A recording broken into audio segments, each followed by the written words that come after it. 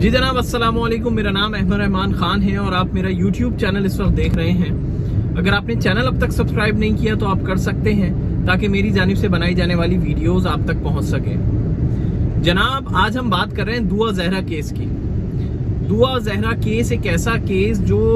कराची में इस वक्त हर एक की जबान पर है, और खास तौर पर उसके मुतालिक जो जो इन्वेस्टिगेशन हो रही हैं, जो जैसे चीजें सामने आ रही हैं, लोग उसके बारे में जानना भी चाहते हैं और सुनना भी चाहते हैं बहुत कुछ। तो कुछ चीजें इस केस के मुतालिक जो बहुत अहम हैं वो हम तक पहुंची थी। हमने कहा आपको बताते हैं इस हवाले से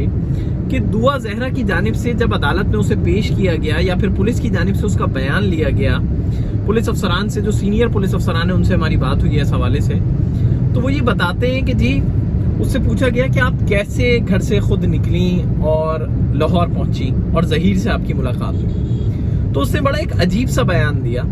और वो अजीब सा बयान ये था कि उस बच्ची ने ये बताया, मैं बच्ची इसलिए बोलूंगा क्योंकि वो अंडर एज है, अब तो उसका मेडिकल भी जो है वो हो चुका है, मेडिकल बोर्ड ने इस बात की तस्दीक की, तो इसलिए मैंने लफ्ज बच्ची का इस्तेमाल किया। कि उसने बताया कि जी वो कराची से उसने एक टैक्सी की और उस टैक्सी के जरिए वो लाहौर पहुंची है। तो जनाब, पुलिस अफसरान भी हैरान रह गए कि कौन सा कराची में ऐसा टैक्सी ड्राइवर है जिसको हम हाथ दें, रोकें और उसको ये बोलें कि जी हमें लाहौर जाना है और हमारे पास इस वक्त पैसे भी नहीं है, तुम बस हमें वहां पर पहुंचा दो, जब पहुंचा दोगे तो उसके बाद तुम्हें वो पैसे दिए जाएंगे। अगर आप कराची टू लाहौर ट्रैवल करें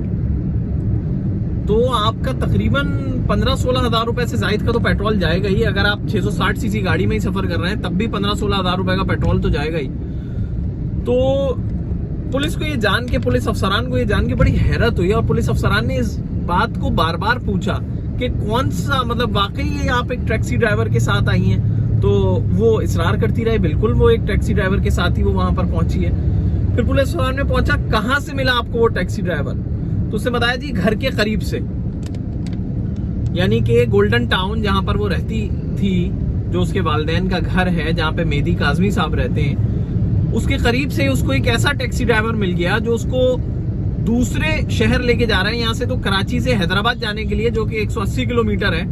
उसके लिए कोई टैक्सी ड्राइवर ऐसे रजामंद नहीं होगा कि आप राह चलते उसको रोकें और उससे पूछें कि जी आपको हैदराबाद लेकर चले, तो वो वैसे रजामंद नहीं होगा क्योंकि शहर छोड़ना है। वो दूसरे सूबे चला गया टैक्सी ड्राइवर, और ऐसे कोई भी गाड़ी दूसरे सूबे जा नहीं सकती है। मतलब ACLC जो एक इदारा है, बल्कि अब AVLC हो गया है, वो जो है वो बाकायदा NOC जारी करता है आपको कि आप किसी दूसरे सूबे जा सकते हैं। अपनी गाड़ी के बाकायदा गाड़ी का चेसिस नंबर की तस्वीर खींची जाती है,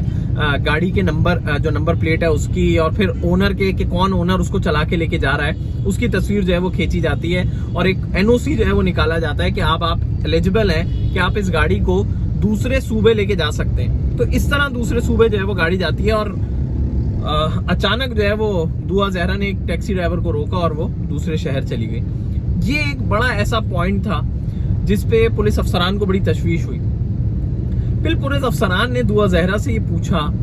कि ये भी हमें बताएं कि क्यों आपको, मतलब ऐसा मामला पेश आया कि आपने अपने वालिदैन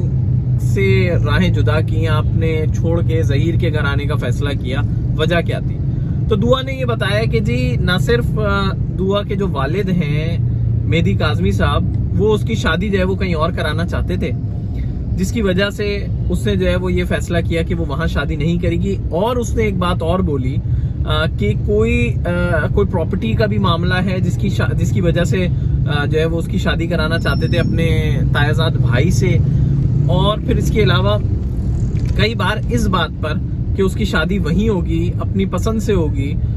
मतलब मेहदी काजमी साहब की पसंद से की जाएगी, इस पर दुआ का ये क्लेम था कि उसे मारा पीटा भी गया है। तो ये जानकर भी पुलिस अफसरान काफी हैरान रहे। पुलिस अफसरान ने पूछा कि कोई ऐसा निशान है आपके, कोई ऐसे जिस्म के हिस्से पे जहां आप दिखा सको कि वाकई आपको चोटें आई हैं? तो पुलिस अफसरान के बकौल के उसने एक ऐसा निशान भी दिखाया, कोई हाथ वाथ पे था, कि जी ये देखें, ये तबका है जब मेरे वालिद साहब ने मेरी पिटाई की,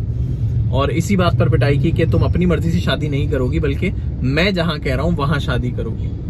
तो ये पॉइंट भी। इस केस में कुछ ऐसे पॉइंट्स हैं, मैंने कहा वो आपसे डिस्कस करें जो वाकई चौंका देने वाले हैं। फिर इसके अलावा पुलिस अफसरान ने कुछ मोबाइल फोन्स नंबर जो है वो हासिल किए हैं, और वो मोबाइल फोन नंबर जो हैं वो बेसिकली जहीर के जेरे इस्तेमाल रहे हैं काफी अरसे पहले, और वो दुआ जहरा के यहाँ से जाते वक्त समझ ले, यानी कि 16 अप्रैल को वो यहाँ से रवाना हुई है, तो उसी दौरान वो मोबाइल नंबर जो हैं वो कराची के आसपास और कराची के करीब जो है वो ऑपरेट होते रहे। अच्छा, खास तौर पर जो पुलिस की टीम लाहौर गई थी और जो इस केस को परस्यू कर रही थी, वो उसकी जानिब से ये नंबर्स बाद में निकले। मतलब जहीर को जब उनके पास था तब तक ये मोबाइल फोन लोकेशंस जो इन्वेस्टिगेशन ऑफिसर हैं उन तक नहीं पहुंच सके थे, इसलिए ये सवाल जो है वो जहीर से नहीं किए जा सके कि वो क्या कर रहा था कराची के आसपास उन्हीं दिनों में, और उससे थोड़े दिनों कबल भी वो कराची आया था, तो वो क्या करने आया था, किन मकासद के तहत आया था, किससे मिलने आया था। तो ये सारी चीजें जो है वो जहीर से जो है वो नहीं पूछी जा सकी। फिर इसके अलावा एक ये चीज भी जो है वो इस वक्त पुलिस अफसरान जो है वो सोच रहे हैं कि क्या दुआ वाकई ही कराची से लाहौर अकेली गई है और उसने अकेले सफर किया है, क्योंकि अब जो चीजें सामने आई हैं, जो रिसेंट सिनेरियो बना है, उसमें पुलिस अफसरान को भी ये लगने लगा है कि ये अकेले ट्रैवल इतना लंबा नहीं किया इस बच्ची ने, बल्कि या तो उसके साथ जहीर कराची में मौजूद था, या फिर उसके कोई और रिलेटिव उसके साथ मौजूद था, अब जहीर का कोई और रिलेटिव जो उसको वहां तक लेके गया है, लाहौर तक।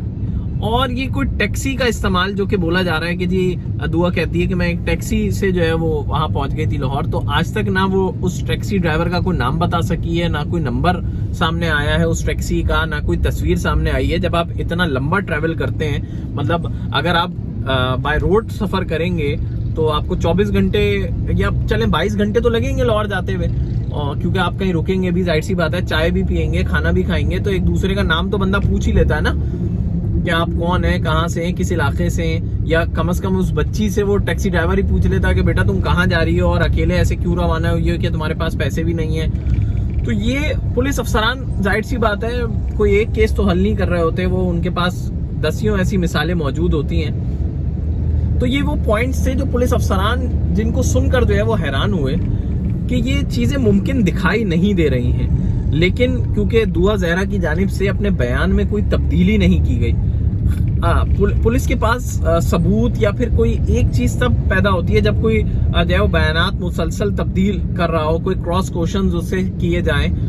तो वो घबरा जाए और एक बयान पर कायम ना रह सके। तो पुलिस अफसरान का ये कहना था कि वो बड़ी कॉन्फिडेंट होके दुआ ने ये तमाम सवालों के जवाब दिए हैं और वो कहीं पर भी घबरा नहीं रही थी, कहीं पर ऐसा नहीं हुआ कि दुआ की जानिब से ओवरलैपिंग की गई हो अपने ही बयान पर, यानी कि अगर एक सवाल उससे दोबारा कर लिया गया हो थोड़ी देर बाद तो उसने उसका जवाब जो है वो कोई घुमा फिरा के दिया हो या फिर उसने कोई और जवाब दिया हो। तो पुलिस अफसरान का ये कहना था कि जी जवाब जो उसने दिए हैं वो हतमी थे, मतलब हमने उससे क्रॉस क्वेश्चंस भी किए, उसके बावजूद वो अपने बयान से मुनरिफ नहीं हुई, वो अपने बयान पर कायम रही। तो पुलिस अफसरान का कहना था कि वो भी काफी हैरान थे इस हवाले से। साथ ही साथ वो जो उसकी बातें हैं टैक्सी ड्राइवर से मुताल्लिक, और फिर ये कि उसको जो है वो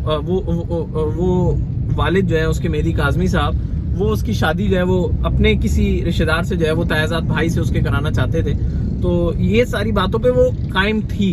तो ये वो पॉइंट्स हैं जिन पे पुलिस अफसरान अब भी जो है वो वर्किंग करते दिखाई दे रहे हैं। उनका ये कहना है कि केस तो बड़ा सिंपल सा है, कहने को ये कि दुआ जहरा ने पसंद की शादी ही है, लेकिन अब उसकी वो अंडर एज है, वो ऐसे शादी नहीं कर सकती, ये बात भी दुरुस्त है। लेकिन उसके अलावा ये कोई वो नहीं है कि किडनैपिंग फॉर रैंसम का मामला हो, अगवा बराए तावान हो, ये कोई ऐसा मामला नहीं है, पुलिस अफसरान का कहना है। लेकिन क्योंकि अब इस मामले की एक हाइप क्रिएट हो चुकी है, मुसलसल जो है वो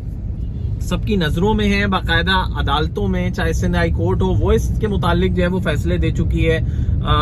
मुसलसल ये सोशल मीडिया पे और मीडिया, मेन स्ट्रीम मीडिया पे भी डिस्कस हो रहा है। तो पुलिस अफसरान का ये कहना है कि इसकी तहकीकात वो खुद भी कर रहे हैं, ऐसा नहीं है कि कुछ चीजें वो अगर जाहिर कर देते हैं तो जो है वो वहीं तक तहकीकात की गई है। पुलिस अफसरान का कहना है कि डेटा तमाम जमा किया जा रहा है। तफ्तीश किसी मर्डर केस की जैसे होती है या किसी और चीज की और केस की होती है वैसे ही की जा रही है, लेकिन ये जरूर है क्योंकि ये केस इतना हाई प्रोफाइल हो गया है तो इसके बारे में ज्यादा लोगों से शेयर नहीं किया जा रहा है। तो जनाब, अगर आपको ये वीडियो पसंद आई हो तो इसको लाइक भी करिएगा और कमेंट भी करिएगा और चैनल को सब्सक्राइब भी करिएगा। अल्लाह हाफिज।